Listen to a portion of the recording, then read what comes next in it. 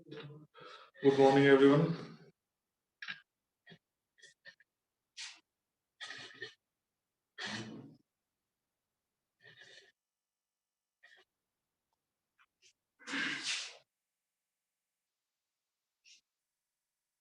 हम्म,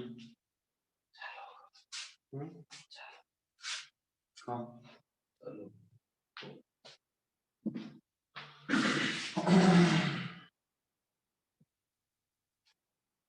good morning, good morning. एक second हो गया, कनेक्शन में दिक्कत आ रही है।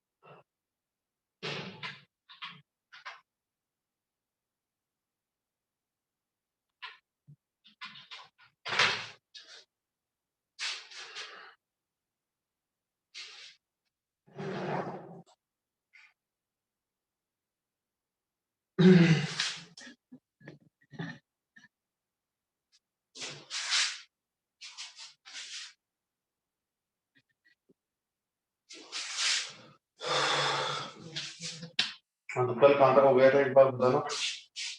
आगे चलते हैं। कल कहाँ तक हो गया था, एक बार बताओ फटाफट।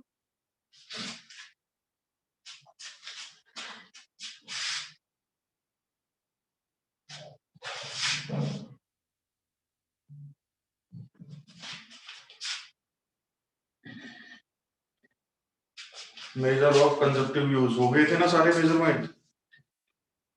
पता थोड़ी था कोई मेथड।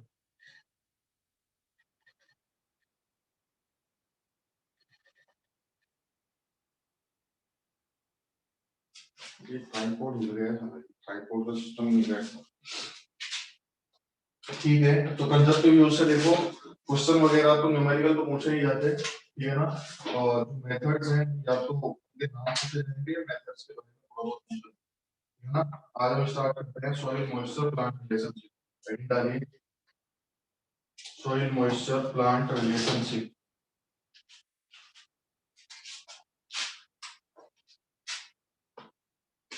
सॉइल मॉइस्चर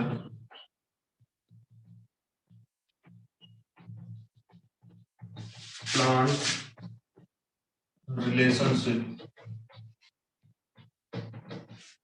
देखो, सॉइल मॉइस्चर क्या होता है, पहली बात तो सॉइल मॉइस्चर क्या होता है भाई। जो सॉइल में मॉइस्चर प्रेजेंट है उसी को सॉइल मॉइस्चर बोलते हैं। सॉइल में जो मॉइस्चर प्रेजेंट है उसी को क्या बोला जाता है, सॉइल मॉइस्चर बोला जाता है, ठीक है। और सॉइल में मॉइस्चर कहाँ हो सकता है, सॉइल के पोर्स में जो वाटर प्रेजेंट होता है, क्योंकि जानते हो आपके सॉइल में पोर्स होते हैं, ठीक है। सॉइल में कई तरीके के पोर्स होते हैं, और उस पोर्स में क्या होता है, वाटर होता है, ठीक है, या वेपर हो सकती है। उसको क्या बोला जाता है, उसे बोला जाता है सॉइल मॉइस्चर, ठीक है। तो इसमें एक लाइन लिखे हैं आप, when irrigation water is applied to the soil mass, when irrigation water is applied to the soil mass,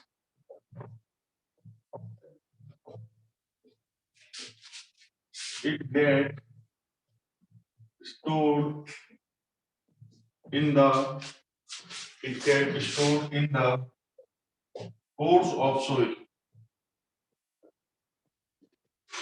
and that stored water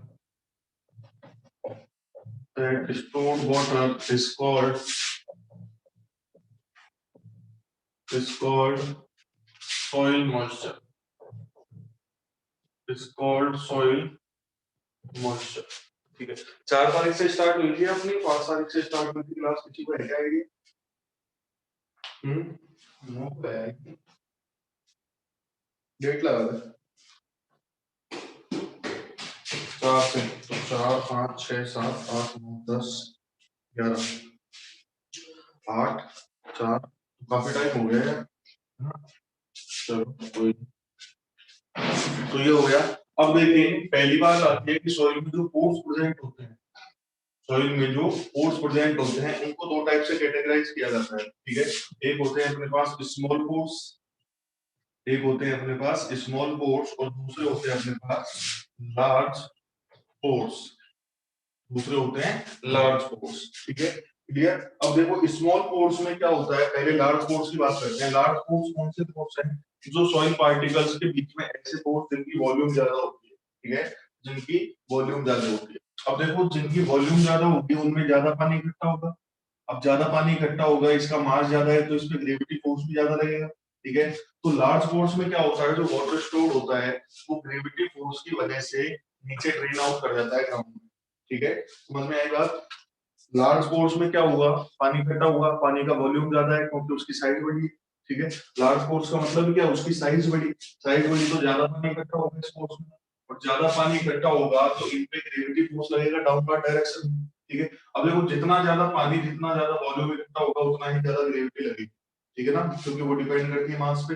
अब यहाँ पे जो ग्रेविटी फोर्स है इसकी वैल्यू ज्यादा होती है। ठीक है, अदर फोर्स जो लगते हैं इस सॉइल में वो इस ग्रेविटी को काउंटर नहीं कर पाते, तो ये जो वाटर है ये क्या होगा, डाउनवर्ड डायरेक्शन में ड्रेन आउट कर जाएगा, नीचे जमीन में चला जाएगा। ठीक है ना, तो आप लिख सकते हो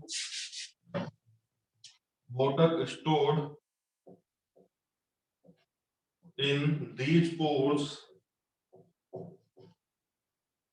drain out after a short time,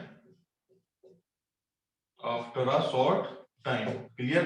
अब देखो यहाँ पे ग्रेविटी डोमिनेंट होती है तो इन्हें दूसरा नाम भी दिया जाता है, इन्हें ग्रेविटी फोर्स भी बोलते हैं, इन्हें ग्रेविटी फोर्स भी बोला जाता है। ठीक है ना, दूसरे होते हैं अपने पास स्मॉल फोर्स। अब स्मॉल फोर्स की जो वॉल्यूम है वो छोटी है। ठीक है, क्योंकि नाम से ही पता चल रहा है स्मॉल फोर्स मतलब उनकी साइज जो होगी वो छोटी होगी। अब साइज छोटी होगी तो इनमें पहली बात तो कैपिलरी एक्शन डोमिनेंट हो जाता है। ठीक है, और दूसरा यहाँ पे जो ग्रेविटी लगता है उस ग्रेविटी की वैल्यू क्या होती है, कम होती है। तो देखो ग्रेविटी फोर्स क्या है, mg। जितनी कम वाटर की वॉल्यूम इकट्ठा होगा उतना ही कम मास उसका होगा। दैट मींस यहाँ पे जो ग्रेविटी लगती है ये क्या हो जाती है, कम हो जाती है, और जो और फोर्स होते हैं लाइक कैपिलरी फोर्स जो है इसको रोकने वाला वो डोमिनेट हो जाता है। ठीक है, तो ये जो वाटर है स्मॉल फोर्स में इकट्ठा ये नीचे नहीं जाता, ये फोर्स में ही रुका रहता है, इसकी वजह से कैपिलरी एक्शन की वजह से। ठीक है, तो यहाँ पे कैपिलरी एक्शन डोमिनेट होता है तो स्मॉल फोर्स को एक और नाम देते हैं, these are also called capillary force.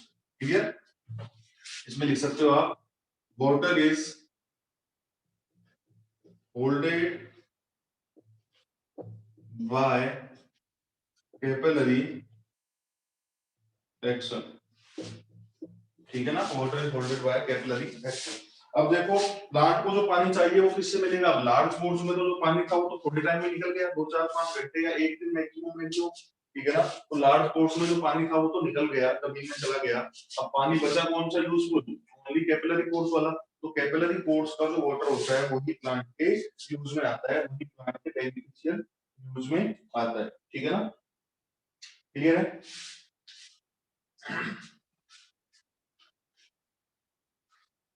बनाओ इसको फटाफट, फिर आगे चलते हैं।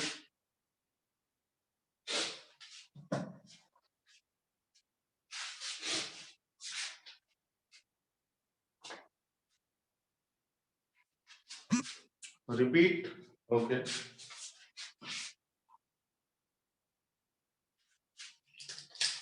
देखिए जरा, जो पोर्स होते हैं सॉइल में उनको दो टाइप से डिवाइड किया।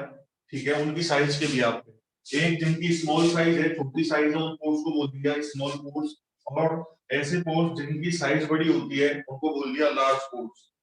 ठीक है, सब पीछे से अलग आवाज आ रही है, पीछे से कोई आवाज नहीं आ रही यार।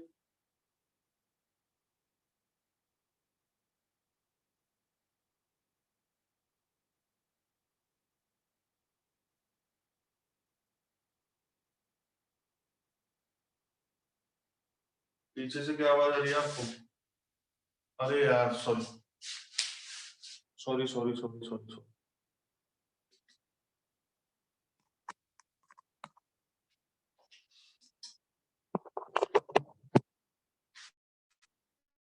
आवाज अभी आवाज ठीक है?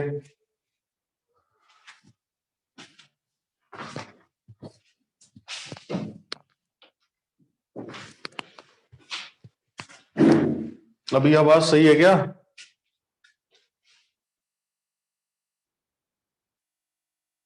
ओके, एक बार फिर समझ लेते हैं, चलो कोई नहीं। देखो पर ध्यान से समझना। सॉइल में जो पोर्स प्रेजेंट होते हैं उनकी साइज अलग अलग होती है। जैसे कि अगर मैं क्ले की बात करूं, जैसे कि अगर मैं क्ले की बात करूं तो आप सभी को पता है कि जो क्ले के पार्टिकल्स होते हैं उनकी साइज बहुत छोटी होती है, ठीक है। तो क्ले के पार्टिकल के बीच में जो पोर्स प्रेजेंट रहेंगे, क्योंकि आप जानते हो कि सॉइल के पार्टिकल्स के बीच में क्या होता है, पोर्स प्रेजेंट होते हैं। तो क्ले के जो पार्टिकल है उनकी साइज छोटी है, तो उनके बीच में जो पोर्स रहेंगे वो किस टाइप के होंगे, स्मॉल पोर्स टाइप के होंगे, ठीक है। कई तरह की सॉइल होती है जिनके पार्टिकल साइज बड़ी होती है, जैसे कि सैंड है, सैंड की पार्टिकल साइज क्या होती है, बड़ी होती है। तो सैंड में जो पोर्स प्रेजेंट रहते हैं वो क्या होते हैं, लार्ज पोर्स कहलाते हैं। या आप ऐसा मानो कि भाई पोर्स को मैंने दो टाइप में जनरली डिवाइड कर दिया, जिनकी साइज छोटी उन्हें स्मॉल पोर्स, जिनकी साइज बड़ी उनको लार्ज पोर्स, ठीक है। अब देखो लार्ज पोर्स में क्या होता है, साइज बड़ी है, साइज बड़ी है तो उनमें वाटर भी ज्यादा आएगा, वाटर ज्यादा आएगा तो उस पर ग्रेविटी फोर्स ज्यादा लगेगा, क्योंकि जितना ज्यादा मास उतना ज्यादा ग्रेविटी फोर्स, ठीक है। ग्रेविटी फोर्स डाउनवर्ड लगता है। अब कुछ फोर्स होंगे जो इस वाटर को रोकना चाहेंगे, ठीक है। और एक ग्रेविटी फोर्स है जो क्या करना चाहता है, इसको जमीन में डाउनवर्ड ले जाना चाहता है, ठीक है। तो यहाँ पे साइज ज्यादा होती है इस फोर्स की, वाटर ज्यादा इकट्ठा होता है, तो ग्रेविटी फोर्स की वैल्यू जो होती है वो ज्यादा होती है, ठीक है। दैट मीन्स इस वाली कंडीशन में ग्रेविटी फोर्स जो है वो डोमिनेट कर जाता है रजिस्टिंग फोर्सेस को। दैट मीन्स ये जो वाटर है लार्ज फोर्स में इकट्ठा, ये जमीन में अंदर ड्रेन आउट कर जाएगा, इसके नीचे चला जाएगा, ठीक है ना। क्लियर है? तो लार्ज फोर्स में क्या होता है, water stored in these force drain out after a short time, मतलब 2-4 घंटे में चला जाता है, किसी किसी सॉइल में 1-2 दिन लगा देता है, ठीक है ना। अब देखो यहाँ पे ग्रेविटी डोमिनेंट होती है, इसलिए इसे बोलते हैं ग्रेविटी फोर्स, इसलिए इसे बोलते हैं ग्रेविटी फोर्स। अब देखो दूसरे आते हैं अपने पास स्मॉल फोर्स। अब स्मॉल फोर्स में नाम से पता चल रहा है कि भाई स्मॉल है, साइज छोटी होगी, ठीक है। स्मॉल है, साइज छोटी होगी, तो साइज अगर छोटी होगी तो इसमें जो वाटर इकट्ठा होगा, पानी इकट्ठा होगा, वो भी कम हो पाएगा।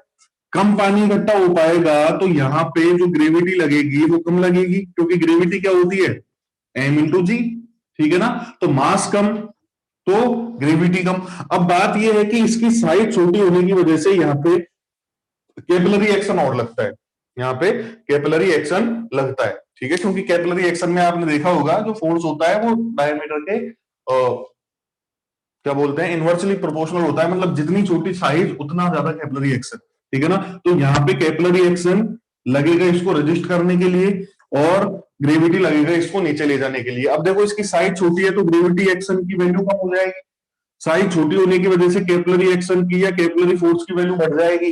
तो यहाँ पे स्मॉल फोर्स के केस में जो कैपिलरी एक्शन होता है या कैपिलरी फोर्स होता है वो डोमिनेट कर जाता है, ठीक है। और इस पानी को नीचे नहीं जाने देता ग्रेविटी से, ठीक है ना। तो यहाँ पे कैपिलरी डोमिनेंट है, इसलिए इन्हें बोल देंगे कैपिलरी फोर्स। क्लियर है ना। और यहाँ पे लिख सकते हैं water is holded by capillary action. Understand. अब देखो प्लांट को पानी चाहिए होता है, अब जो लार्ज फोर्स में पानी आया वो तो 1-2 दिन में निकल गया, अब वो तो काम में लिया नहीं जा सकता, ठीक है ना। तो लार्ज फोर्स में तो पानी आया, जैसे ही हमने पानी सप्लाई किया था पानी भर गया उनमें, और फिर बाद में पानी जमीन में ड्रेन आउट हो गया, तो बाद में इनमें क्या भर जाएगी, एयर भर जाएगी, ठीक है ना। भाई पानी छोड़ के जाएगा पोर्स को तो उनमें क्या आ जाएगी, एयर आ जाएगी। क्लियर है ना। और जो स्मॉल पोर्स है उनमें क्या भरा रहेगा, वाटर भरा रहेगा। बात समझ में आई? ठीक है। ये होते हैं दो टाइप के पोर्स। अब पोर्स के भी यहाँ पे अपन वाटर कितने टाइप के होते हैं सॉइल में उसको भी देखेंगे, सब कुछ देखेंगे। अब कोई दिक्कत है? अरे वो ईयरफोन थोड़ी ढंग से कनेक्ट नहीं थी, ईयरफोन क्या माइक वाला जो था ना वो कनेक्ट नहीं हो रहा था सही से, थोड़ा बाहर निकला हुआ था, इस वजह से थोड़ी क्या है, बैकग्राउंड आवाज आ रही होगी, मेरी आवाज भी ठीक नहीं आ रही। When irrigation water is applied to the soil mass, it gets stored in the pores of soil. That stored water is called soil moisture. बन गया? लेट आने वालों की समस्या है ना, टाइम से आया करो।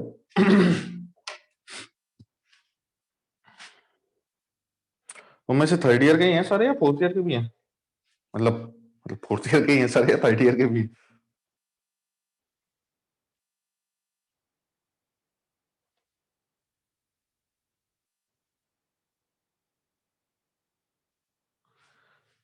It get stored in the pores of soil. It get stored in the pores of soil. That stored water is called soil moisture or soil water. That stored water is called soil moisture और soil water, कुछ भी बोल दो। बन गया यहां तक? आगे चलें। ओके, अब हम देखेंगे कि भाई जो वाटर प्रेजेंट होता है सॉइल में वो कितने तरीके का होता है, ठीक है ना, क्योंकि हमें क्या करना है, ये जो सॉइल में वाटर प्रेजेंट है इसको फाइंड आउट करना है और इसका प्लांट से रिलेशन देखना है कि भाई क्या जुगाड़ होता है इनका आपस में, ठीक है ना। तो इसके बारे में चर्चा करेंगे। तो हेडिंग डालें आप लोग, type of soil water. Type of soil water. Type of soil water, ठीक है ना। तो देखो सबसे पहला होता है अपने पास gravity water. Gravity water.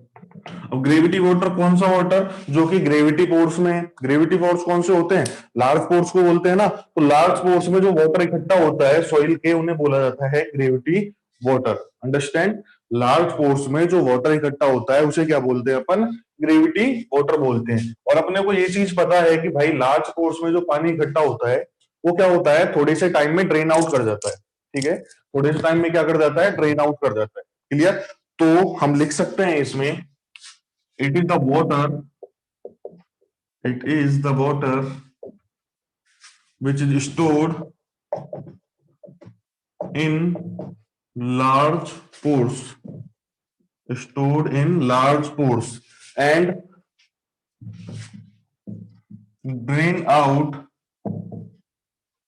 drain out after a short time, after a short time, ठीक है ना। अब थोड़े टाइम में ड्रेन आउट कर गया तो प्लांट इसको यूज कर सकता है क्या, नहीं कर सकता। प्लांट को जो यूजफुल वाटर चाहिए वो ग्रेविटी वाटर से सप्लाई नहीं होता, ठीक है। तो आप इसमें लिख सकते हैं, plant can not use that water, plant can not use that water. Okay, आइए नेक्स्ट वाटर कौन सा है अपने पास। नेक्स्ट वाटर होता है अपने पास कैपिलरी वाटर। कैपिलरी वाटर, ठीक है, जो कैपिलरी पोर्स में भरा हुआ है, ठीक है, मतलब जो स्मॉल पोर्स में भरा हुआ है वो वाटर क्या हो जाएगा अपना, कैपिलरी वाटर हो जाएगा, ठीक है ना। और हम सभी जानते हैं कि भाई कैपिलरी वाटर जो होता है, स्मॉल पोर्स का जो वाटर होता है वो उन्हीं पोर्स में इकट्ठा रहता है, नीचे नहीं जाता ग्राउंड में, मतलब सॉइल में हमेशा प्रेजेंट रहेगा, ठीक है। प्रेजेंट रहेगा तो जो प्लांट है वो इस वाटर को यूज कर सकता है, ठीक है ना। प्लांट इस वाटर को यूज कर सकता है क्योंकि सॉइल में है ही ये वाटर। ग्रेविटी वाटर तो सॉइल को छोड़ के चला गया तो उसको तो यूज ही कैसे करेगा, कैपिलरी वाटर बचा है ना, तो कैपिलरी वाटर को ही प्लांट यूज करता है, ठीक है। तो इसमें लिख लीजिए, it is the water stored in small pores, okay. और नेक्स्ट पॉइंट लिख लो इसमें, plant beneficiary use capillary water. Clear ना, ये लाइन इंपॉर्टेंट है, कई बार पूछी जाती है एग्जाम में कि भाई कौन सा वाटर जो होता है जो प्लांट यूज कर पाता है, ठीक है, क्योंकि एक हो गया ग्रेविटी, एक हो गया कैपिलरी, और एक तीसरा और आएगा हाइग्रोस्कोपिक। उनमें से ये कैपिलरी वाटर ही होता है जिसे प्लांट यूज कर पाता है, बाकी ना तो ग्रेविटी को करता है और ना ही तीसरे वाले हाइग्रोस्कोपिक को करता है, ठीक है ना। तो दो वाटर हो गया हमारे पास, ग्रेविटी वाटर जो कि ग्रेविटी में पोर्स में है, कैपिलरी वाटर जो कि कैपिलरी पोर्स में है, ठीक है। ग्रेविटी वाटर थोड़े टाइम में बाहर चला गया, कैपिलरी वाटर उसी में रुका रहा, तो ग्रेविटी वाटर को प्लांट यूज नहीं कर पाएगा, कैपिलरी वाटर को प्लांट यूज कर लेगा, ठीक है। तीसरा होता है अपने पास हाइग्रोस्कोपिक वाटर। हाइग्रोस्कोपिक वाटर, देखो ये क्या होता है इसको समझो। देखो अगर मैं कोई सॉइल का पार्टिकल बनाऊं इस तरीके से, ठीक है, ज्यादा बड़ा बन गया, इतना बड़ा नहीं होता हालांकि, सॉइल का अगर पार्टिकल बनाऊं तो इस सॉइल पार्टिकल के चारों तरफ इस तरह की एक लेयर होती है वाटर की, इस तरह की एक लेयर होती है वाटर की, ठीक है। ये जो वाटर होता है इसे बोला जाता है हाइग्रोस्कोपिक वाटर, ठीक है, इसे बोला जाता है हाइग्रोस्कोपिक वाटर। और ये जो लेयर होती है वाटर की, ये बहुत मतलब स्ट्रॉन्ग केमिकल बॉन्डेड द्वारा बंधी हुई होती है। मतलब अगर मुझे इस वाटर लेयर को इस सॉइल पार्टिकल से हटाना है, इस वाटर की लेयर को तोड़ना है, तो इसे हीट देनी पड़ती है, ठीक है, लगभग 100 10 डिग्री के आसपास हीट देनी पड़ती है, तब जाके ये वाटर लेयर टूटती है, नहीं ये टूटती नहीं, ठीक है, क्योंकि इसको जो रोकने वाले बॉन्ड है, इसको जो रोकने वाले फोर्सेज हैं वो बहुत तगड़े होते हैं, ठीक है ना। अब जिसको या जिस लेयर को हटाने के लिए ही आपको 110 डिग्री टेम्परेचर देना पड़े, उस वाटर को प्लांट यूज कर पाएगा क्या? नहीं कर पाएगा, कोई चांसेस ही नहीं है, ठीक है ना। इसीलिए जो ओवन ड्राई मेथड वगैरह होते हैं उनमें सॉइल को 110 डिग्री तक गर्म किया जाता है ताकि ये लेयर टूट जाए, ठीक है ना, क्लियर। अब लिख सकते हो आप इसमें, it is chemically bounded water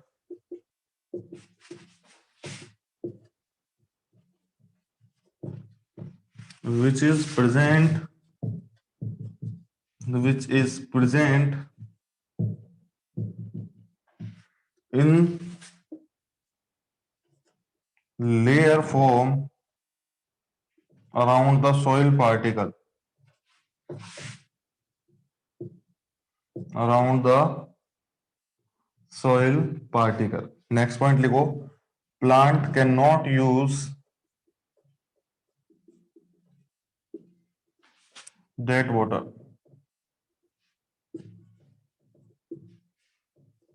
plant can not use that water, ठीक है ना।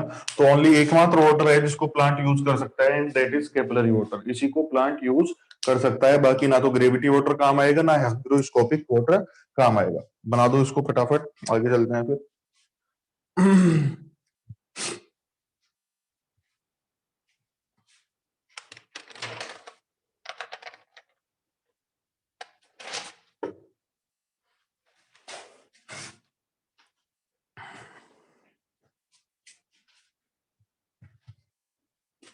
हो गया, सबका हो गया?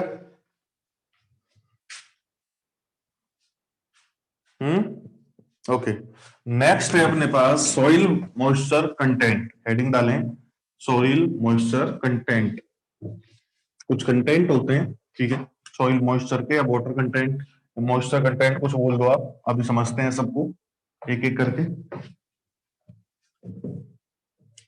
हेडिंग डाली जाए soil moisture content.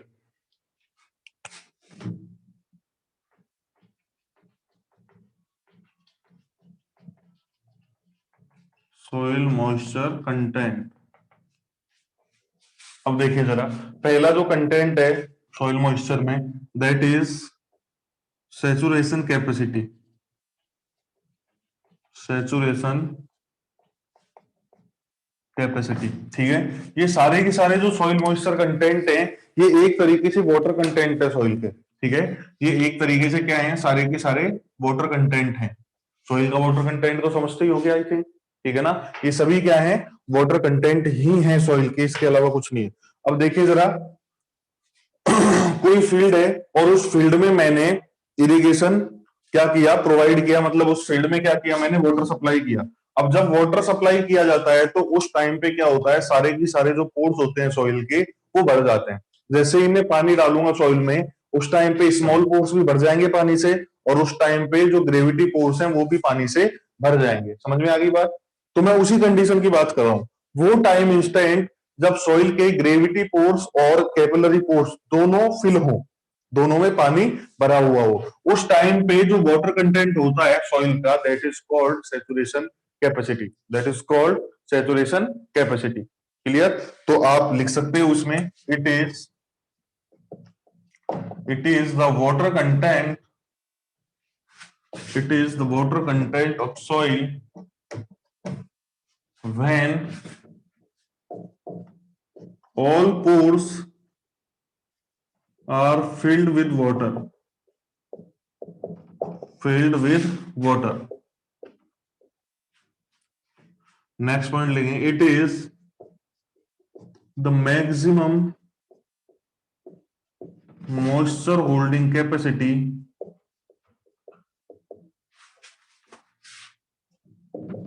Of soil. ठीक है, तो ये लाइन तो कोई बड़ी चीज नहीं है, आपको समझ में आ गई होगी कि भाई मैक्सिमम होल्डिंग कैपेसिटी कब रहती है, जब उसके सारे के सारे पोर्स भरे हुए हों। तो यही कंडीशन हमने यहाँ पे अज्यूम करी है। ठीक है ना? क्लियर? नेक्स्ट जो हमारे पास कंटेंट आता है, that is field capacity. That is field capacity. अब देखो, सेचुरेशन कैपेसिटी पे तो क्या था कि भाई सारे के सारे जो पोर्स थे, स्मॉल पोर्स, लार्ज पोर्स, उनमें पानी भरा हुआ था, उनमें पानी भरा हुआ था। लेकिन अब क्या है, अब क्या दिक्कत है?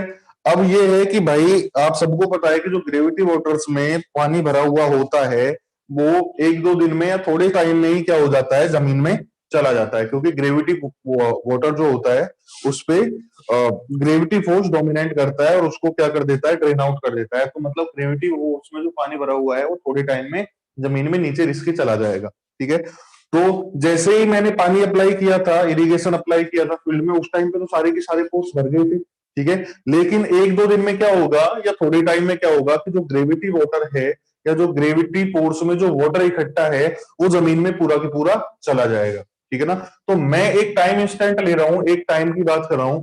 उस टाइम पे क्या है, जितने भी ग्रेविटी पोर्स हैं वो खाली हो चुके हैं, और जितने भी कैपिलरी पोर्स हैं वो सारे के सारे भरे हुए हैं। ठीक है, समझे वापस?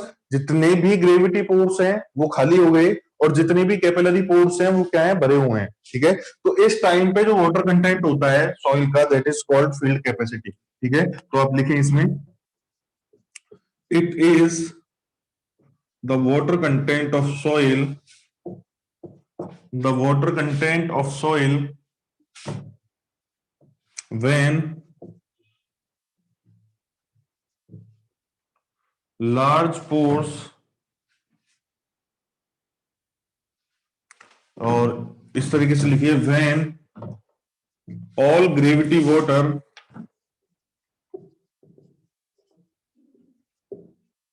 is just infiltrate into the ground and all capillary pores are filled with water। ठीक है, क्लियर? एक और लाइन लिखे इसमें, अभी समझाएंगे उसको। It is the upper limit, it is the upper limit of capillary water, it is the upper limit of capillary water. ये बात अभी समझा दूंगा मैं फिगर बना के, टेंशन मत लो। नेक्स्ट जो हमारे पास वाटर मॉइस्चर कंटेंट होता है, that one is permanent wilting point, permanent wilting point. Permanent wilting point, wilting का मतलब क्या होता है, सूखना। ठीक है, तो देखो फील्ड कैपेसिटी पे दोनों के दोनों वाटर जो थे वो प्रेजेंट थे, ग्रेविटी वाटर भी था, कैपिलरी वाटर भी था। फील्ड कैपेसिटी पे ग्रेविटी वाटर खत्म हो गया, ओनली कैपिलरी वाटर बचा है। अब ये जो कैपिलरी वाटर है इसका भी तो यूज होना चालू होगा ना, इसको कुछ तो प्लांट लेता जाएगा धीरे धीरे, कुछ एवेपोरेशन में जाएगा। ठीक है ना? क्लियर है? क्योंकि कंजप्टिव यूज हमने पढ़ा है, कंजप्टिव यूज में हमको पता है कि भाई जो वाटर होता है कुछ तो इवेपोरेशन में चला जाता है और कुछ को प्लांट यूज में ले लेता है। तो भाई कैपिलरी वाटर जो इकट्ठा है उसको धीरे धीरे प्लांट यूज करना स्टार्ट करेगा। अब जब यूज करना स्टार्ट करेगा तो कैपिलरी वाटर का भी एंड आएगा। एक टाइम ऐसा आ जाएगा जब सॉइल में जितना भी कैपिलरी वाटर है वो खत्म हो चुका है, ठीक है, या तो इवेपोरेशन में गया या प्लांट ने यूज ले लिया, ठीक है। उस टाइम पे जो वाटर कंटेंट होता है सॉइल का उसे बोला जाता है परमानेंट विल्टिंग पॉइंट। मतलब उस टाइम इंस्टेंट पे वाटर कंटेंट जब कैपिलरी वाटर भी सॉइल में नहीं है, ठीक है ना, क्लियर। तो आप लिख सकते हो it is water content of soil when all capillary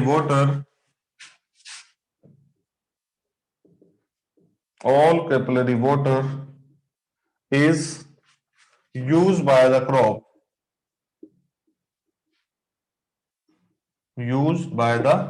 clear. और आप इसमें लिख सकते हैं it is lower limit of capillary water, it is the lower limit of capillary water. ये अपर लिमिट लोअर लिमिट क्या हो गए इसको समझते हैं अभी। बताओ इनमें तीनों में कोई समस्या फटाफट बताइए जरा, इन तीनों में कोई प्रॉब्लम हो तो बताओ, आगे चलें।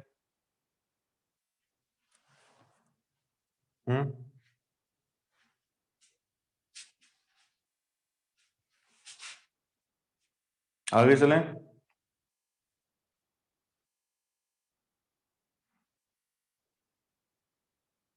अरे कुछ हाँ ना तो बोल दो। अच्छा ठीक है, देखो तीनों चीजें मैं पढ़ चुका हूं। अब मैं एक ग्राफ बना रहा हूं, एक फिगर बना रहा हूं, ठीक है, उसको ध्यान से समझना, बड़ा काम का है।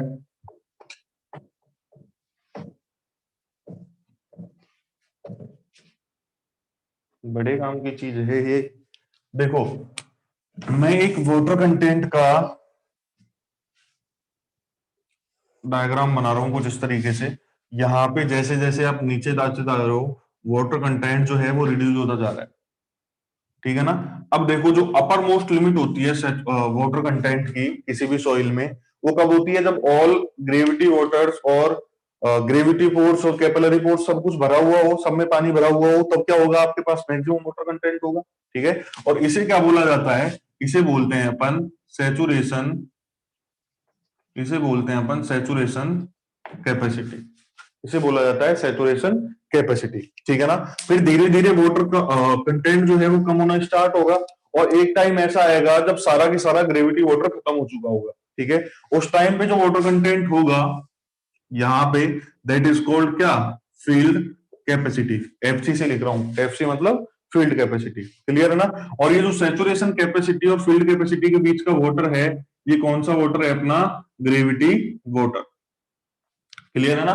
क्योंकि सैचुरेशन कैपेसिटी पे पूरा ग्रेविटी वाटर था और यहाँ पे जीरो ग्रेविटी वाटर है, दैट मींस ये पूरा की पूरा जो पोर्शन है वो किसका है, ग्रेविटी वाटर का है, ठीक है। अब फील्ड कैपेसिटी से धीरे धीरे वाटर कंटेंट कम होना स्टार्ट हुआ। एक टाइम होगा जब पूरा की पूरा कैपिलरी वाटर खत्म हो जाएगा, ठीक है। उस टाइम पे जो वाटर कंटेंट होगा that is called permanent wilting point, PWP से लिख रहा हूं, ठीक है ना, परमानेंट विल्टिंग पॉइंट, क्लियर। अब ये देखें जरा, ये जो हमारे पास वाटर है किसके बीच में, फील्ड कैपेसिटी से लेके परमानेंट विल्टिंग पॉइंट के बीच में, ये पूरा की पूरा वाटर कौन सा है, दैट इज कैपिलरी वाटर, सही बात है ना। अब आप बोलोगे कि भाई परमानेंट विल्टिंग पॉइंट से नीचे भी कोई वाटर बसता है क्या, बिल्कुल बसता है, कौन सा, हाइग्रोस्कोपिक वाटर, हाइग्रोस्कोपिक वाटर। तो ये बातें हो गई, इसमें किसी को समस्या नहीं होगी आई थिंक। अब देखो कैपिलरी वाटर यहाँ पे मैक्सिमम होता है फील्ड कैपेसिटी पे, तो हम बोल सकते हैं कि भाई फील्ड कैपेसिटी जो है वो कैपिलरी वाटर की मैक्सिमम लिमिट है, अपर लिमिट है। और कैपिलरी वाटर पीडब्ल्यूपी पे आके खत्म हो जाता है, तो ये बोल सकते हैं कि भाई लोअर लिमिट कौन है, पीडब्ल्यूपी है, ठीक है, क्लियर। अब देखो आप सभी को पता है कि जो प्लांट है उसको अगर वाटर यूज करना है तो ना तो वो ग्रेविटी वाटर को यूज कर सकता है, ना ही वो हाइग्रोस्कोपिक वाटर को यूज कर सकता है, वो किसको यूज कर सकता है, ओनली कैपिलरी वाटर को यूज कर सकता है ना। तो अगर मैं ये बोलूं कि प्लांट के लिए अवेलेबल वाटर कौन सा होगा, प्लांट के लिए अवेलेबल वाटर कौन सा होगा, तो भाई ये जो बीच में कैपिलरी वाटर प्रेजेंट है यही प्लांट के लिए अवेलेबल हो सकता है। ठीक है, तो एक पॉइंट बना के लिखे आप। नेक्स्ट जो भी कंटेंट है चौथा पांचवा, दैट इज अवेलेबल वाटर। ठीक है ना, अवेलेबल वाटर। अब देखो सारा की सारा जो सीन है वो मॉइस्चर कंटेंट में ही चलेगा अपना। ठीक है, अगर मैं मॉइस्चर कंटेंट या अगर मैं अवेलेबल वाटर फाइंड आउट करना चाहता हूं, तो देखो सिंपल सी बात है, यहां से लेके यहां तक का जो वाटर है that is called available water. अगर मैं मॉइस्चर कंटेंट की फॉर्म में निकालना चाहूं तो एक तरीके से फील्ड कैपेसिटी से लेके परमानेंट विल्टिंग पॉइंट तक का जो वाटर है वो क्या कहलाता है, अवेलेबल वाटर कहलाता है। दैट मींस मैं फील्ड कैपेसिटी माइनस पीडब्ल्यूपी कर दूंगा, मेरे पास क्या मिल जाएगा, अवेलेबल वाटर मिल जाएगा। ठीक है ना, तो आप लिख सकते हो उसमें it is capillary water, it is capillary water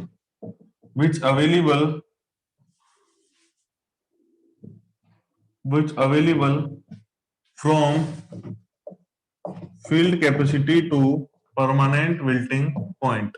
okay ना, तो अगर मैं अवेलेबल वाटर निकालना चाहूँ, अवेलेबल वाटर को बोल देते हैं एडब्ल्यू, अवेलेबल वाटर को बोल देते हैं एडब्ल्यू। तो अगर मैं एडब्ल्यू निकालना चाहूँ तो क्या हो जाएगा, फील्ड कैपेसिटी में से परमानेंट विल्टिंग पॉइंट को हटा दूंगा या घटा दूंगा, जो भी मानो आप। ठीक है ना, मेरे पास क्या आ जाएगा, अवेलेबल वाटर आ जाएगा। ठीक है ना, दैट मीन्स ये जो वाटर है that is called available water, that is called available water. Understand. अब एक और चीज आती है, नया मॉइस्चर कंटेंट, और इस मॉइस्चर कंटेंट को बोला जाता है ऑप्टिमम मॉइस्चर कंटेंट। नेक्स्ट है जो भी है अपना चौथा पांचवा नंबर का मॉइस्चर कंटेंट, ये होता है ऑप्टिमम मॉइस्चर कंटेंट, ओएमसी से बोलते हैं शॉर्ट में। ठीक है, अभी जो ओएमसी होता है ना, ये फील्ड कैपेसिटी और पीडब्ल्यूबी के बीच में कहीं यहां पे प्रेजेंट होता है, दैट इज ओएमसी। अब समझेंगे इसको, हालांकि ऐसी बात नहीं है। अब ओएमसी का क्या कलेश है, कहां पे प्रेजेंट होता है, इसका क्या मतलब है, सब कुछ समझते हैं।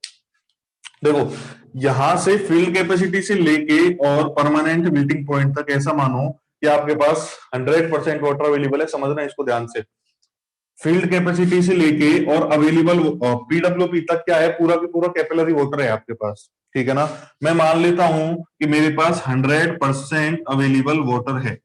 ठीक है, या कुछ भी मान लो आप, 100 ml अवेलेबल वाटर है, कुछ भी है वॉटेवर। तो अब इसमें से जो 60 से 70% अवेलेबल वाटर होता है, ठीक है, या जनरली 70 से 75 ले लेते हैं, 70 से 75% जो अवेलेबल वाटर है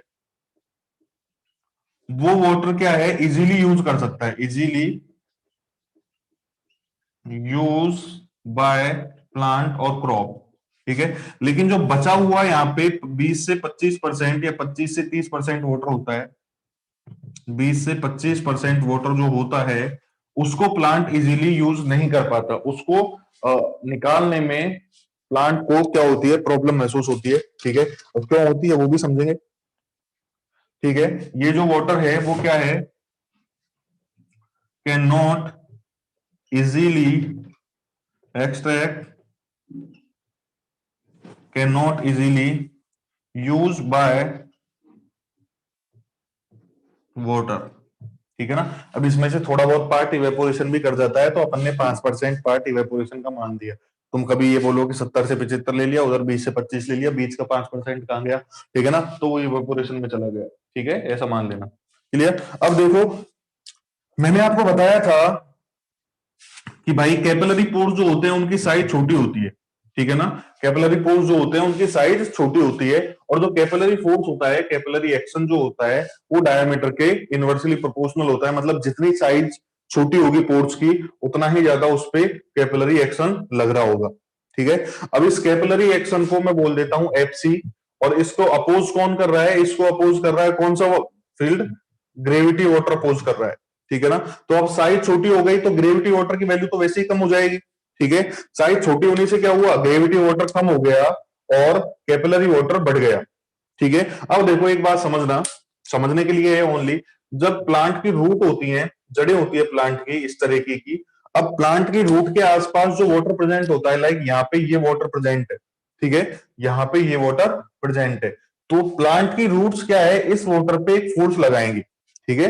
क्यों? क्योंकि ये जो वाटर का पार्टिकल है, वाटर का मॉलिक्यूल है यहाँ पे, ये कैपिलरी फोर्स से बंधा हुआ है, ये कैपिलरी फोर्स से बंधा हुआ है। अगर वो रूट जो है प्लांट की, उसे इस वाटर को लेना है तो क्या करना पड़ेगा, इस कैपिलरी फोर्स से ज्यादा फोर्स लगा के इस वाटर मॉलिक्यूल को यहां से छुड़ाना पड़ेगा। यही होता है ना, पुरानी पिक्चरों में देखते आते हो आप, ठीक है।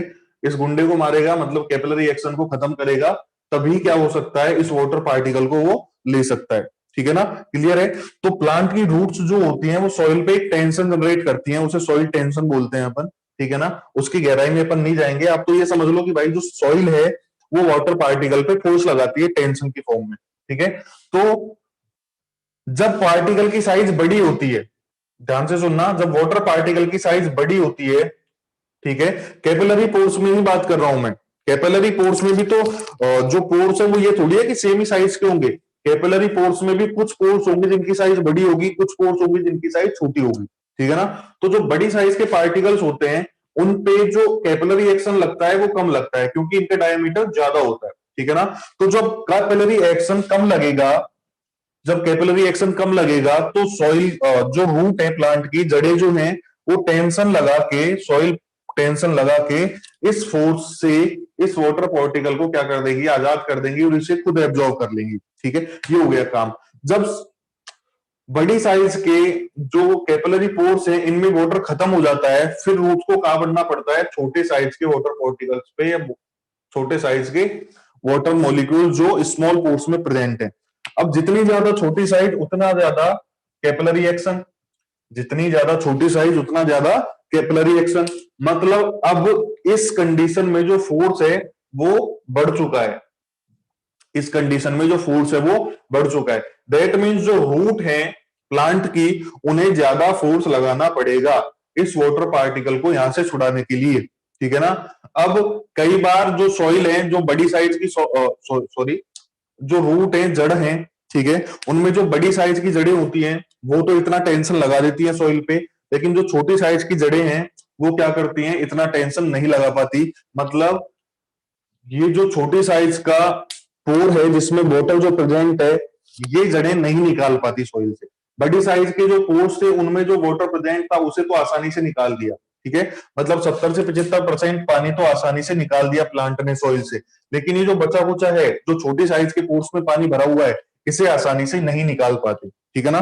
तो इन दोनों के बीच में ये जो दीवार है, मतलब वो वाटर कंटेंट जो इन दोनों को अलग करता है, उसे क्या बोला जाता है, ऑप्टिमम मॉइस्चर कंटेंट बोला जाता है, ठीक है ना। बात समझ में आई? बात समझ में आई या नहीं आई? उसको रहने दो, उसको समझने की जरूरत नहीं है, मतलब वो जस्ट समझने के लिए था, लिखने की कोई जरूरत नहीं है उसको।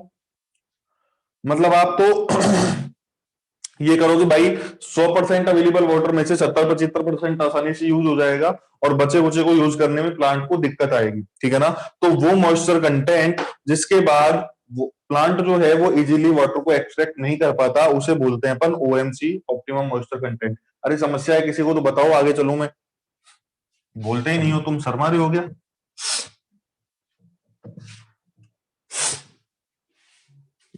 है, नहीं बोलोगे? चलो लिखो इसमें, इसमें लिखो ओएमसी में, it is the water content, it is the water content below which water is below which available water cannot be easily extract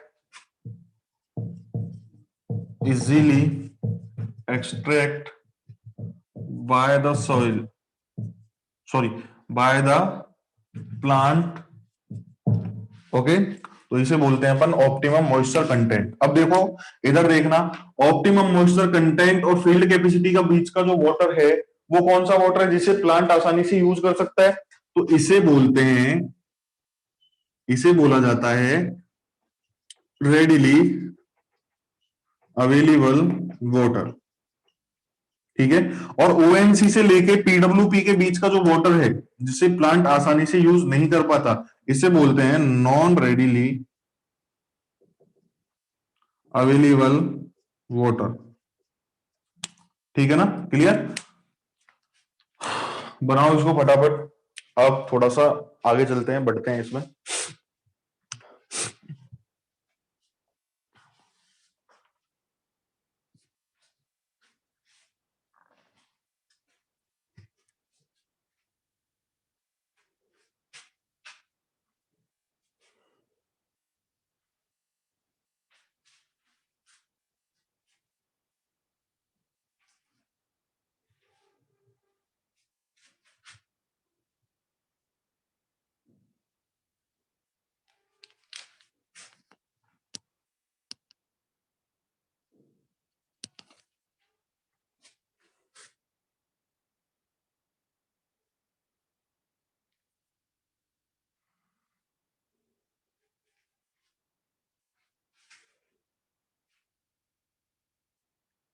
बन गया, आगे बढ़े, आगे चलें। ओके, हेडिंग डालें।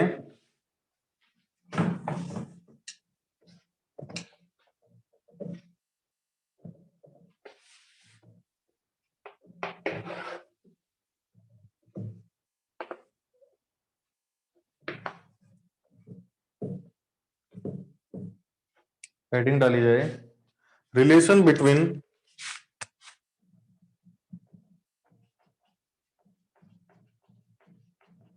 Relation between relation between water depth and field capacity। Relation between water depth and field capacity. ठीक है, तो भाई ये कोई फील्ड है, ये कोई क्या है, फील्ड है। इस पे क्या कर रहे हो तुम, वाटर अप्लाई कर रहे हो, इस पे इरिगेशन वाटर अप्लाई कर रहे हो। ठीक है, ऐसा मानो कि भाई यहाँ पे ये जो रूट जोन है, इसमें शुरुआत में मॉइस्चर कंटेंट था 0%। ठीक है, मतलब बिल्कुल पानी नहीं था, भयंकर वाली सूखी मिट्टी थी। इसमें क्या किया तुमने, इरिगेशन वाटर अप्लाई किया, और फिर इसकी जो वाटर कंटेंट है इसको बढ़ा के कहां तक ले आए, फील्ड कैपेसिटी तक ले आए। इसका जो वाटर कंटेंट था उसे बढ़ा के कहां तक ले आए, फील्ड कैपेसिटी तक ले आए। क्लियर। अब देखो यहां पे जो रूट जोन थी उसकी डेप्थ मान लेता हूं मैं स्मॉल डी, उसकी डेप्थ मान लेता हूं मैं स्मॉल डी, और इरिगेशन वाटर जो प्रोवाइड करवाया मैंने, इरिगेशन वाटर की डेप्थ मान लेता हूं डीडब्ल्यू। ठीक है, तो मैं इसका थोड़ा सा अच्छा डायग्राम बनाता हूं यहाँ पे। ऐसा मानो कि भाई ये आपकी रूट जोन है, ठीक है ना, ये रूट जोन की डेप्थ कितनी है, स्मॉल डी। क्लियर है ना। अब यहाँ पे छोटी सी डेप्थ क्या होगी आपके पास, डीडब्ल्यू भी होगी। मैं मान लेता हूं ये क्या है, that is DW, that is DW. Okay, clear. अब यहाँ पे डेप्थ तो हमको इनकी पता है, लेकिन इनकी जो विड्थ और लेंथ है वो मैंने मान ली यूनिट, मतलब इसकी लेंथ भी यूनिट है। मैंने स्ट्रिप निकाली एक रूट जोन में से, ठीक है, जिसकी डेप्थ तो ये रही, ठीक है, और इसकी लेंथ और विड्थ क्या है, एक यूनिट है। क्लियर है ना। अब देखो ये जो बचा कुचा होगा, ये जो बचा कुचा होगा, मतलब मैंने डेप्थ में से, रूट जोन की डेप्थ में से वाटर की डेप्थ को अलग कर दिया, तो ये बचा कुचा क्या होगा आपके पास, सॉलिड्स और एयर वाला पार्ट। ठीक है ना, क्लियर। अब इसको बोल देता हूं मैं डी डैश। तो अगर मैं डी डैश फाइंड आउट करना चाहूं तो ये क्या होगा, D minus D W, D minus D W. अब देखो जरा, डी डब्ल्यू की जो वैल्यू होती है वो डी से काफी कम होती है, डी डब्ल्यू की जो वैल्यू होती है वो डी से काफी कम होती है। तो हम डी डैश को नियर अबाउट डी के बराबर अज्यूम कर लेते हैं। ठीक है, ये जो डी डैश है इसे क्या मान लेता हूं मैं, कि भाई ये लगभग लगभग डी के बराबर ही है, ज्यादा कोई फर्क है नहीं। ठीक है, इससे कैलकुलेशन आसान हो जाती है, सिंपल सी बात है। ठीक है, अब देखें भाई फील्ड कैपेसिटी मुझे चाहिए, तो फील्ड कैपेसिटी क्या है, फील्ड कैपेसिटी एक तरीके का वाटर कंटेंट ही है ना। फील्ड कैपेसिटी क्या होता है, एक तरीके का वाटर कंटेंट ही होता है। तो मैं लिख देता हूं उसको वाटर कंटेंट के बराबर। अब वाटर कंटेंट का फॉर्मूला अपन सबको पता होता है, क्या है, weight of water, weight of water divide by weight of soil solid, weight of soil solid. Okay, no problem. अब देखिए जरा, वेट ऑफ वाटर अगर मुझे निकालना है तो मैं क्या कर सकता हूं, gamma W into volume of water, ऐसा कर दूं क्या? क्योंकि भाई वेट का मतलब क्या होता है, unit weight into volume, simple सी बात है। सेम है, नीचे क्या कर सकता हूं, gamma D into volume of soil solid. ठीक है, अब देखो मुझे वेट कंसीडर करना है, मुझे वेट कंसीडर करना है, तो यहाँ पे ये जो वॉल्यूम है इसमें क्या है, सॉइल सॉलिड और एयर से। ठीक है, अब देखो एयर की वॉल्यूम को मैं नेग्लेक्ट कर रहा हूं इस चीज में, क्लियर है? तो यहाँ पे जो सॉइल सॉलिड की वॉल्यूम होगी वो कितनी हो जाएगी आपके पास, वन, वन इसकी लेंथ विड्थ और डी डेप्थ, तो कितनी हो जाएगी, ये हो जाएगी आपके पास gamma D into one into d. Clear? इसी तरीके से अगर मैं वॉल्यूम ऑफ वाटर निकालना चाहूं तो depth D W, length width one one, तो ये हो जाएगी आपके पास gamma W into D W into one. ठीक है ना? अब देखो अगर मैं फील्ड कैपेसिटी का फॉर्मूला यहां से निकालू तो क्या बन गया आपके पास, gamma W into D W divide by gamma D into small D. Clear? मुझे डेप्थ ऑफ वाटर चाहिए डी डब्ल्यू, तो डी डब्ल्यू का फॉर्मूला क्या हो जाएगा, डी डब्ल्यू का फॉर्मूला हो जाएगा gamma D by gamma W into small D into field capacity minus zero. अब ये जीरो क्यों लगाई मैंने, समझ में आ जाएगा थोड़ी देर में, पहले इसको बनाओ। फील्ड कैपेसिटी माइनस जीरो, इसको बना लो फटाफट।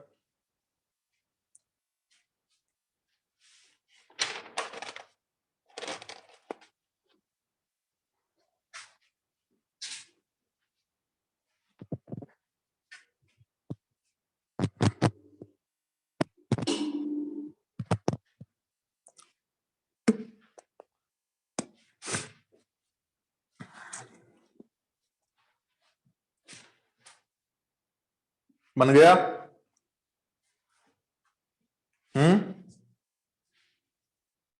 बना लो आराम से।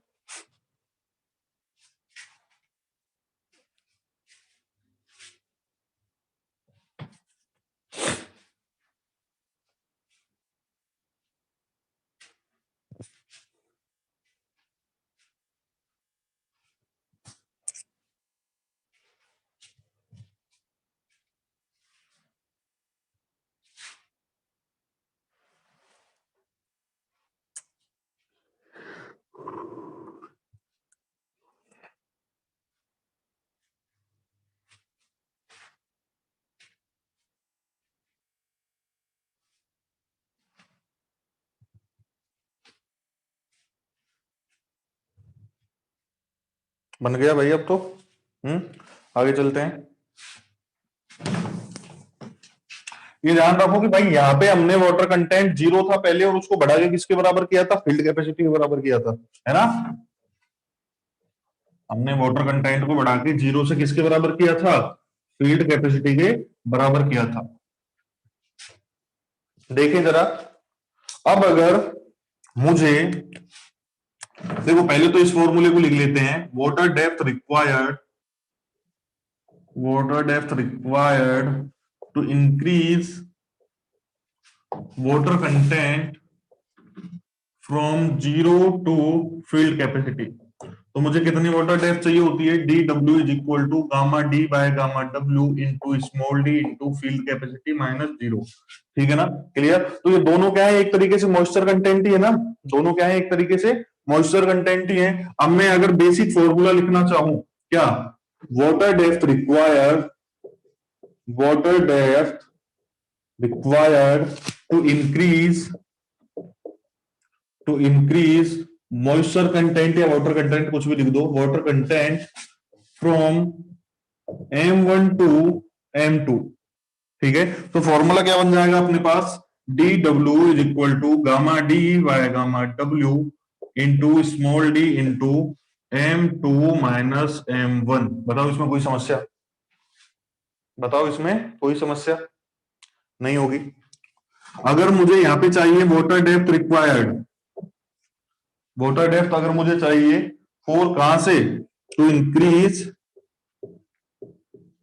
Moisture content from OMC to field capacity, ठीक है ना। तो कितना हो जाएगा, D W is equal to gamma D by gamma W into D into field capacity minus optimum moisture content. ये लीजिए, ये बन गया अपने पास फॉर्मूला।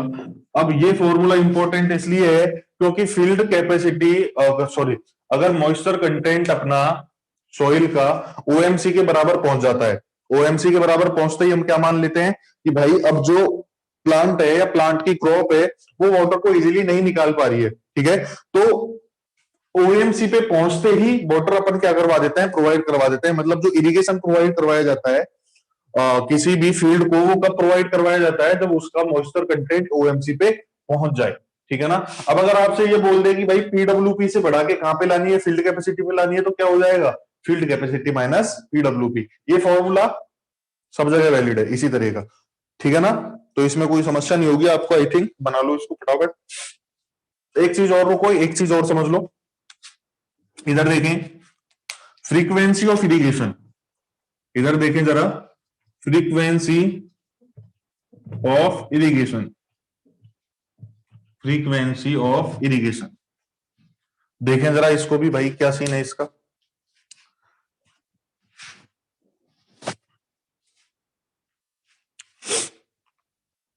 देखो एक कर्व बनाता हूं, एक कर्व बनाता हूं, किस किस के बीच में, इधर चल रहा है टाइम और इधर चल रहा है अपना मॉइस्चर कंटेंट, इधर चल रहा है अपना मॉइस्चर कंटेंट। क्लियर है।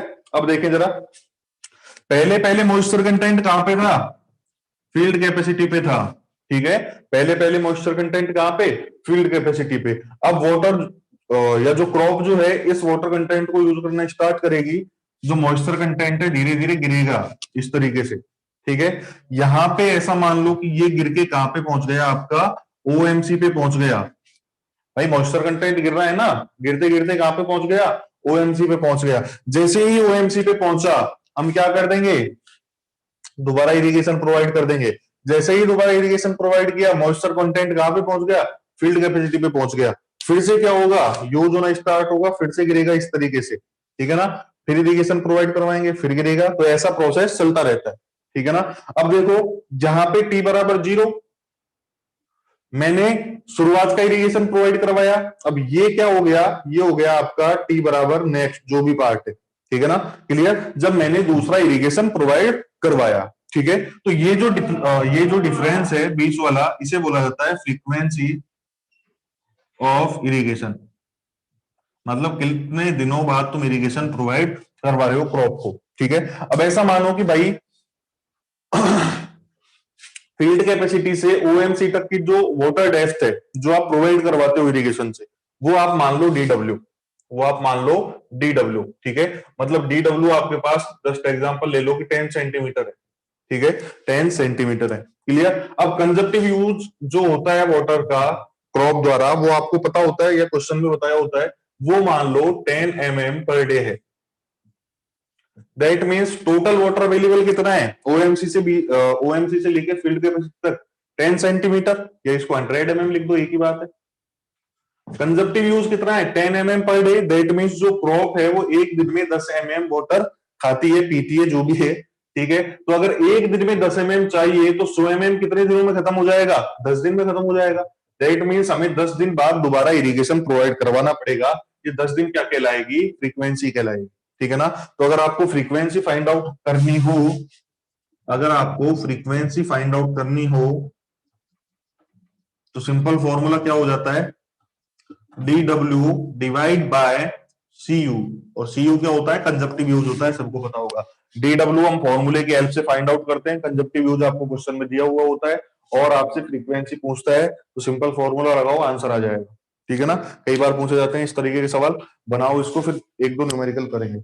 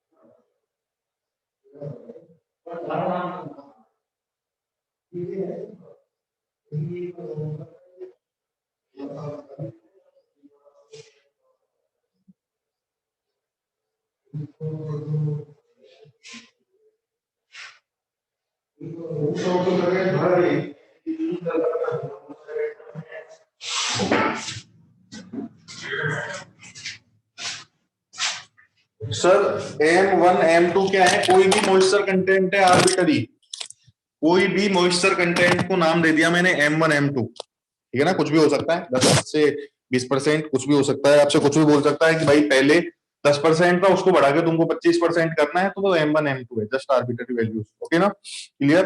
अब देखेंगे एक और क्वेश्चन निपटाते हैं।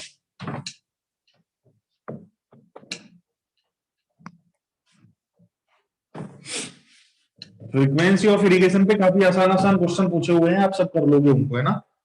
तो उनको तो मैं नहीं करा रहा, मैं डेप्थ वाले क्वेश्चन कराऊंगा आपको। मतलब वैसे डेप्थ वाले नहीं, ऐसे क्वेश्चन जिनमें डेप्थ पूछी हुई हो।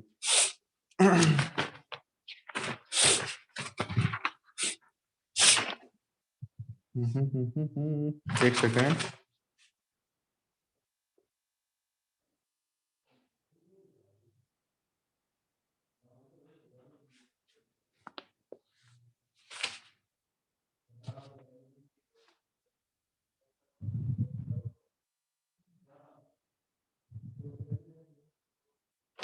एक सेकंड रुके, क्वेश्चन ढूंढने दो अच्छा था।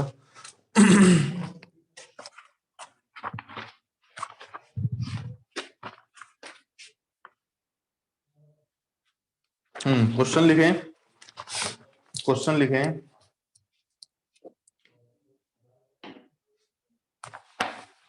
क्वेश्चन लिखें, after how many days, after how many days, after how many days will you supply water to the soil, will you supply water to the soil, water to the soil in order to ensure, in order to ensure sufficient irrigation, sufficient irrigation for the crop, late assume, ये आपको दे रखा है data, field capacity दे रखी है soil की, ये है आपके पास 28%, ठीक है? परमानेंट विल्टिंग पॉइंट दे रखा है सॉइल का, और ये है आपके पास 13%, clear? Gamma D that means density of dry solids, that is 1.3 ग्राम पर सीसी, ठीक है? देखो वहां पे यूनिट वेट आता है और यहाँ पे डेंसिटी दी हुई है, तो कोई प्रॉब्लम नहीं है। यूनिट वेट क्या होता है? डेंसिटी इंटू जी, ठीक है? ऊपर गामा डी है, नीचे गामा डब्ल्यू है, दोनों का जी कट जाएगा तो डेंसिटी मिलेगी, तो कोई प्रॉब्लम नहीं है, ठीक है ना? क्लियर? आगे दिया हुआ है आपको effective depth of root zone, effective depth of root zone R Z, ये दी हुई है 1.7 मीटर, सॉरी सॉरी, ये दी हुई है आपको 70 सेंटीमीटर। कंजप्टिव यूज ऑफ वाटर, ये दिया हुआ है आपको 12 mm पर डे।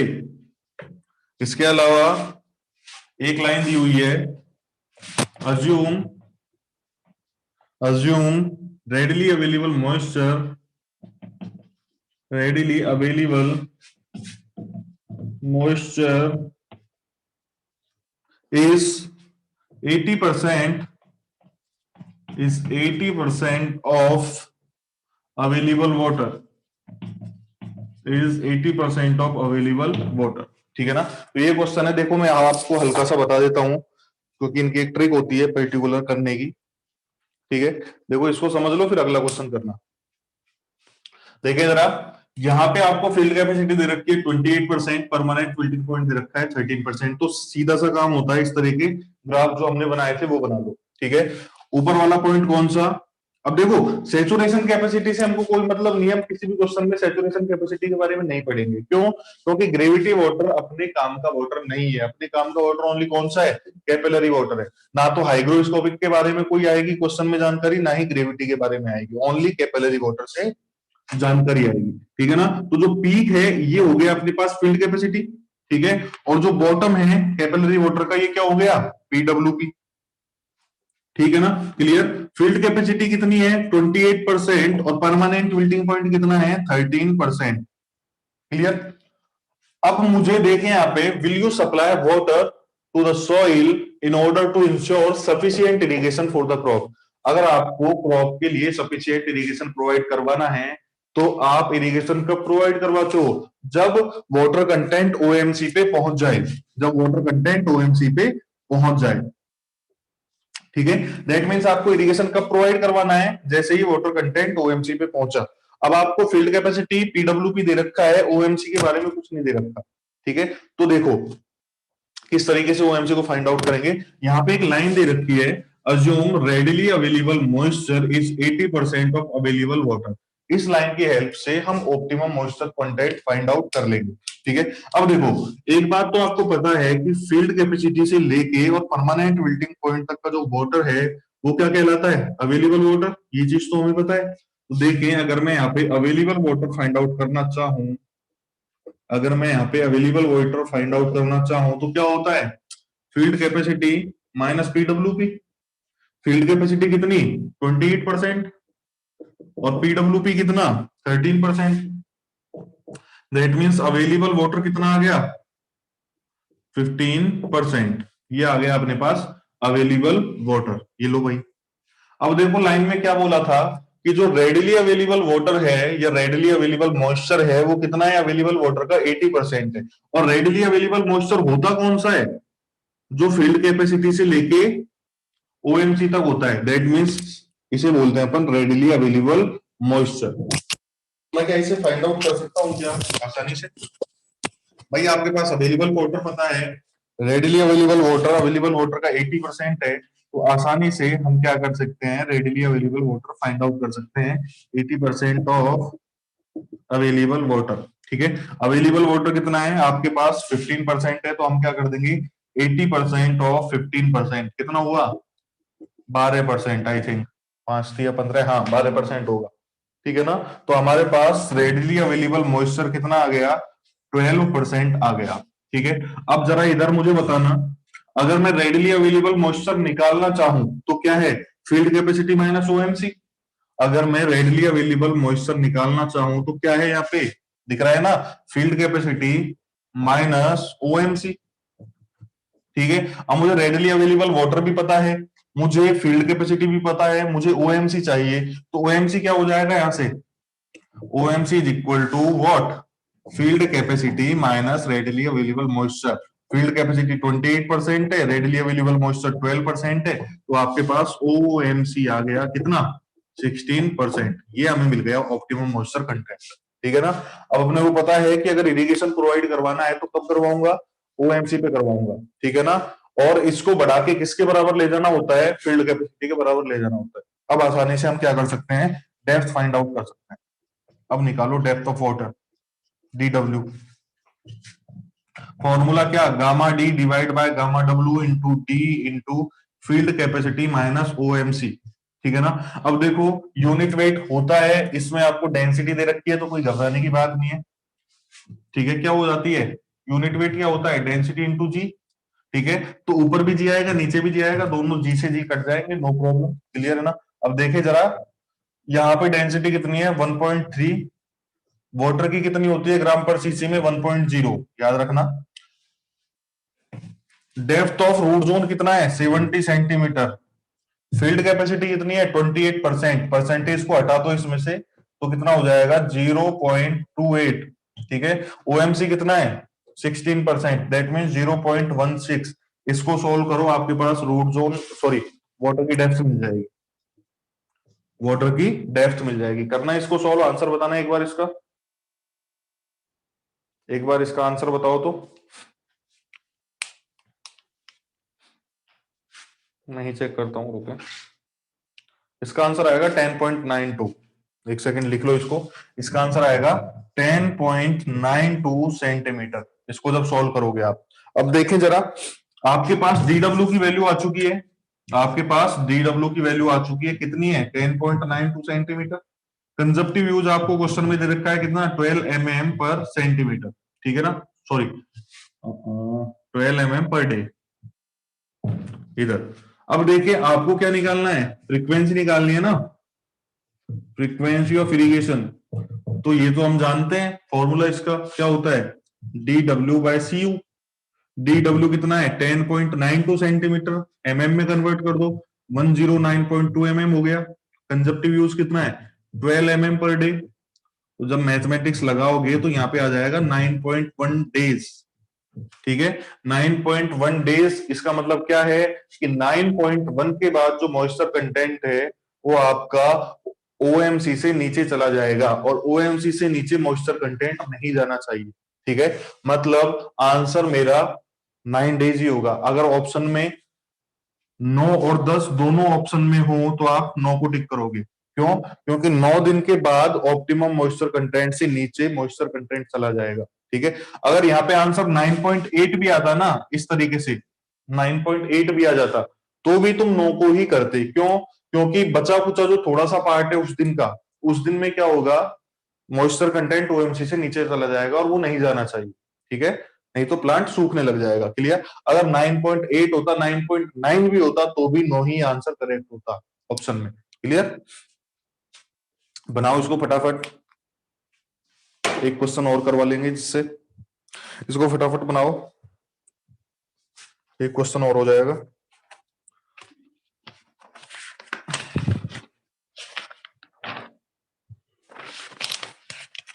कोई दिक्कत हो तो बताओ, नहीं है तो दूसरा क्वेश्चन अभी दे रहा हूं तुमको, करना फिर उसको।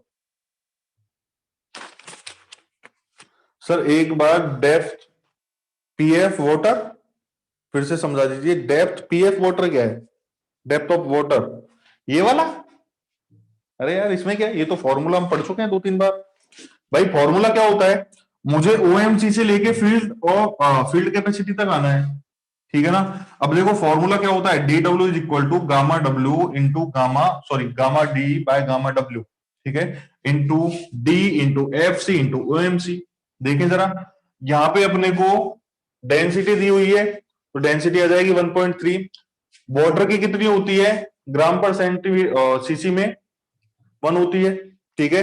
Depth of root zone 70 question में दी हुई है, फील्ड कैपेसिटी अपने पास 28% थी, मैंने परसेंटेज हटा के इसको 0.28 लिख दिया। ओएमसी हमने फाइंड आउट करा था 16%, तो इसको 0.16 लिख दिया। सोल्व करो, आंसर आ जाएगा 10.92, ठीक है। अरे इसमें मत कंफ्यूज होना, यहाँ पे यूनिट वेट लेते हैं और क्वेश्चन में अपने को डेंसिटी दिया हुआ है। अरे यार इसको ऐसे नहीं कर देंगे क्या तुम, गामा डी बाय गामा डब्ल्यू को ऐसे नहीं लिख सकते क्या, rho d into g divide by rho डब्ल्यू इंटू जी, यही तो होता है। यूनिट वेट क्या होता है डेंसिटी इंटू जी, तो यहां से जी से जी गया, सेम बात है, कुछ भी फर्क नहीं है। ओके, बन गया ये।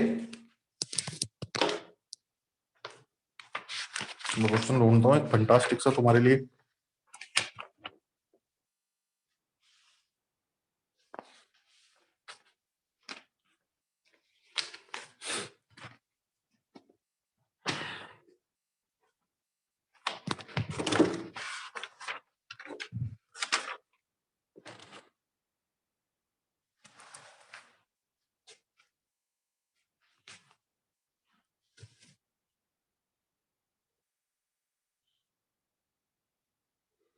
बन गया,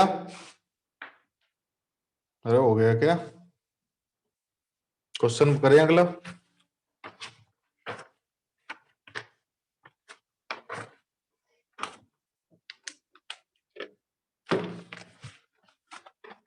एक कहीं पे खोपचे में लिख लेना, एक छोटा सा फॉर्मूला और होता है फील्ड कैपेसिटी का। चलो वेट कर रहे हैं, इधर खोपचे में लिख लेना कहीं पे, फील्ड कैपेसिटी का एक और छोटू सा फॉर्मूला होता है, that is gamma W, sorry एक सेकंड चेक करने दो।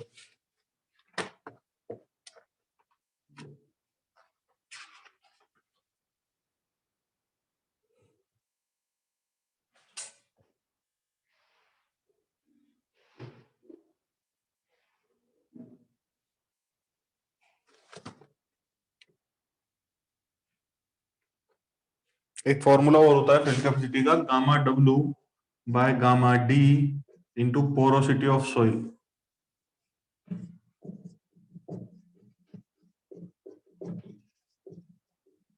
इसको भी नोट कर लेना, कई बार काम में आ जाता है ये फॉर्मूला।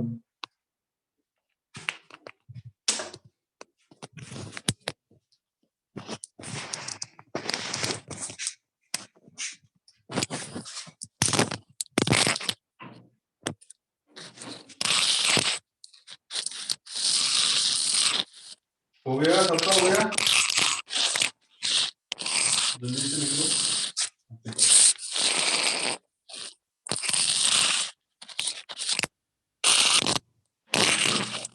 समस्या तो में इस तरह के ही क्वेश्चन पूछे जाते हैं, इसी तरीके के, ठीक है। जैसे देखो यहाँ पे तुमको रेडियली अवेलेबल मोस्टर दे दिया, ठीक है। लेट्स सपोज दूसरी कंडीशन, अगर आपके पास ये वाला पोर्शन ना देके ये वाला पोर्शन दे देता, मतलब आपको रेडियली अवेलेबल मॉइस्चर ना देके ये बोल देता कि भाई नॉन रेडियली अवेलेबल मॉइस्चर 20% है, तो फिर अपन पहले 20% फाइंड आउट कर लेते, फिर ये वाला पोर्शन फाइंड आउट कर लेते, ठीक है ना।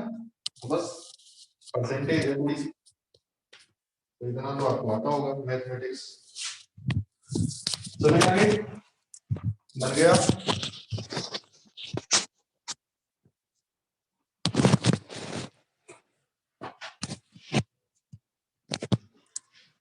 इस फॉर्मूले को और नोट कर लेना साइड में, field capacity is equal to gamma W by gamma D into porosity of soil, ठीक है।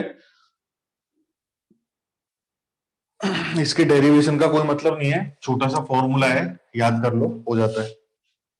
एक क्वेश्चन करते हैं अब हम, अच्छा क्वेश्चन है, गेट में 2 नंबर का पूछा हुआ है।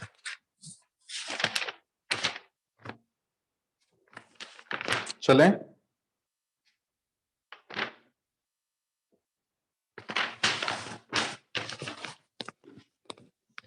लिखो question,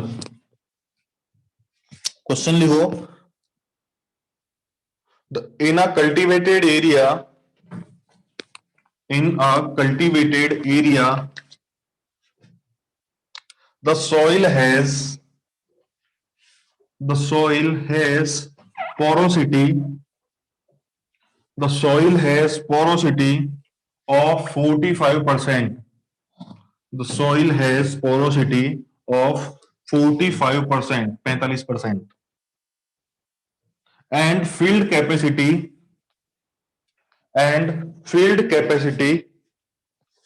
of 38%, and field capacity of 38%। आगे लिखें, the root zone depth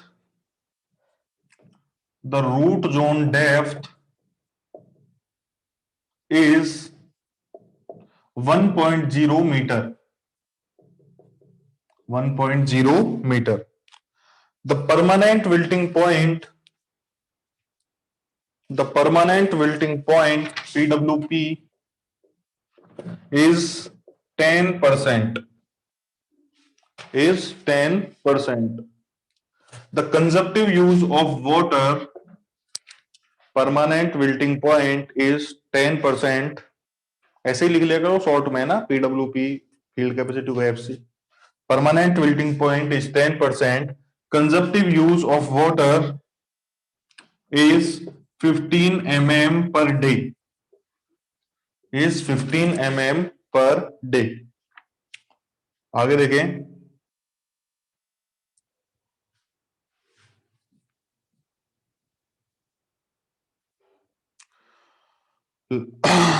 आगे देखें, आगे लिखें, if the irrigation efficiency is 60%, if the irrigation efficiency is 60%, what should be the frequency of irrigation? If the irrigation efficiency is 50%, then what should be the frequency of irrigation? What should be the frequency of irrigation? Such that the moisture content does not fall, the moisture content does not fall 50% of available moisture, 50% of available moisture, 50% of available moisture। तो देखो इसमें बड़ी अच्छी सी रामायण दे रखी है तुमको, अच्छा question है, बड़ा अच्छा। देखो सारी कुछ दे रखी है आपको, field capacity, permanent wilting point, consumptive use दे रखा है, डेप्थ ऑफ रूट जोन दे रखी है और पोरोसिटी भी दे रखी है। इसके अलावा आपको ये भी बता रखा है कि भाई अवेलेबल वाटर का 50% ही यूज होना चाहिए, मतलब जैसे ही अवेलेबल वाटर का 50% यूज हो जाएगा आप क्या करवा दोगे, इरिगेशन प्रोवाइड करवा दोगे, ठीक है ना। और एफिशिएंसी दे रखी है 50%, तो एफिशिएंसी को तो लास्ट में यूज कर लेंगे, कोई ज्यादा बड़ी बात नहीं है। तो टाइम नहीं है, मैं करवा देता हूँ इसको फटाफट से, टाइम की कमी को देखते हुए मैं इसको करवा देता हूं, क्योंकि अगर तुम करने बैठोगे फिर मैं करवाऊंगा तो बहुत टाइम लगेगा। देखो सबसे पहली बात, अपने को क्या चाहिए, डेप्थ ऑफ वाटर चाहिए। उसके लिए फॉर्मूला क्या होता है, gamma D by gamma W into D into field capacity minus optimum moisture content, ठीक है ना। तो सबसे पहले तो हम optimum moisture content find out करते हैं। ये देखो वापस से ग्राफ बना देता हूं, इधर फील्ड कैपेसिटी है कितनी, 38% और इधर परमानेंट विल्टिंग पॉइंट है कितना, 10%, ठीक है। तो अगर मैं यहाँ पे अवेलेबल मॉइस्चर निकालना चाहूं तो कितना हो जाएगा, 38 माइनस 10%, दैट मीन्स 28%, ठीक है ना। समझ लो, बाद में इसके स्क्रीनशॉट ले लेना, है ना, टाइम नहीं है इतना अपने पास। अवेलेबल वाटर कितना हो जाएगा, 38 माइनस 10%। अब क्वेश्चन में दिया हुआ है कि भाई जो मॉइस्चर कंटेंट है वो अवेलेबल वाटर का 50% से ज्यादा नहीं जाना चाहिए। तो अगर मैं इस 28 का 50% निकालूं तो कितना हो जाएगा, 14% हो जाएगा, ठीक है। मतलब ओएमसी जो है कहीं पे बीच में मौजूद है, ठीक है। ये हो गया आपके पास ओएमसी, क्लियर। मतलब अवेलेबल वाटर आपके पास कितना था, 28%। इस 28% का आधा पार्ट मतलब 14% तो क्या है, रेडिली अवेलेबल वाटर, और बचा 14% क्या है, नॉन रेडिली अवेलेबल वाटर। तो अगर मैं ओएमसी निकालना चाहूं तो कितना आ जाएगा, 38 माइनस 14 दैट इज 24%। ये आ गया अपने पास ओएमसी, क्लियर ना, इसमें कोई समस्या होगी नहीं।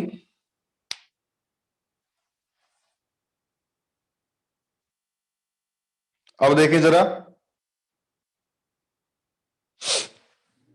अब देखें जरा, आपको ओएमसी मिल गया, आपको फील्ड कैपेसिटी पता है, आपको डेप्थ ऑफ रूट जोन पता है, लेकिन गामा डी बाय गामा डब्ल्यू का रेशो नहीं पता, गामा डी बाय गामा डब्ल्यू का रेशो नहीं पता। तो इसके लिए वो पोरोसिटी वाला फॉर्मूला यूज करेंगे, ठीक है ना।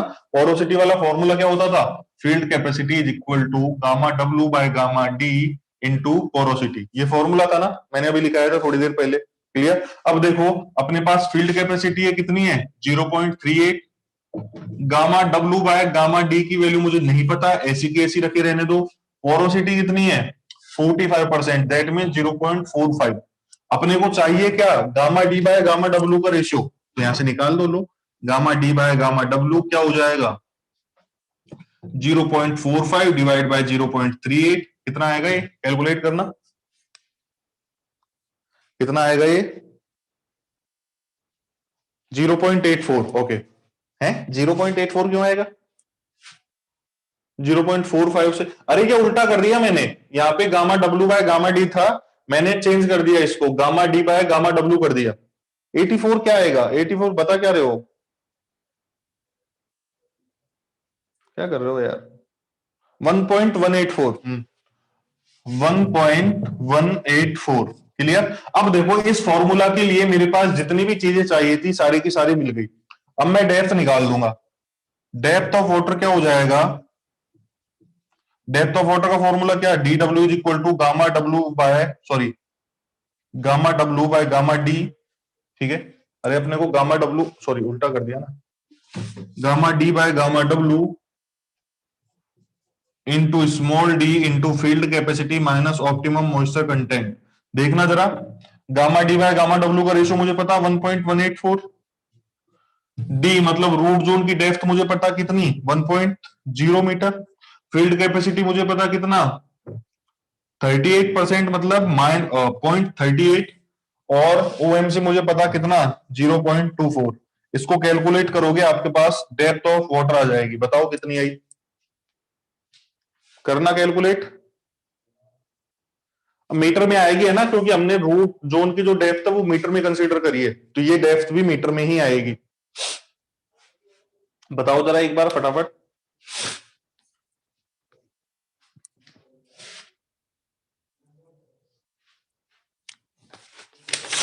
बताना भाई लोगों। 0.14 0.16 क्या कर रहे हो? अलग अलग आंसर क्यों दे रहे हो? और तो बाकी लोग ने किया हो तो। हम्म।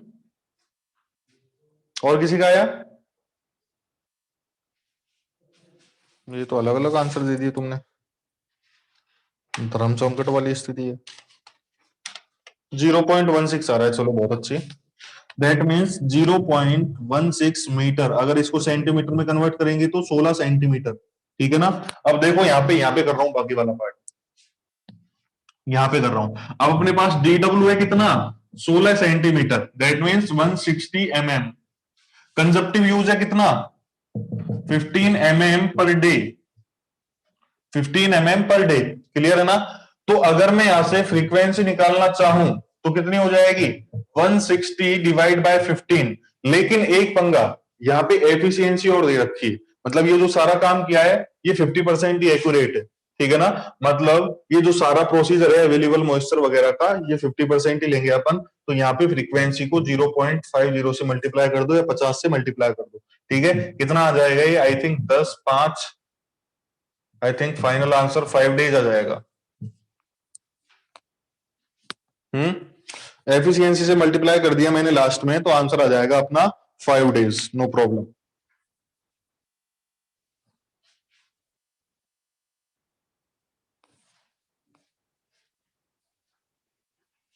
ठीक है। स्क्रीनशॉट ले लो इसका। हमारा टाइम हो गया नेक्स्ट क्लास का। मैं बंद करूं जिससे।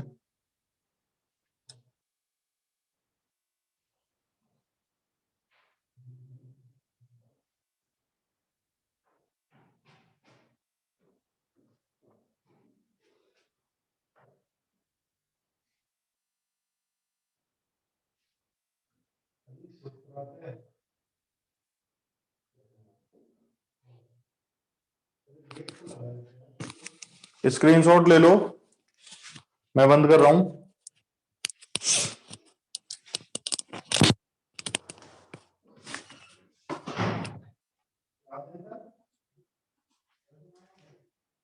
Okay thank you.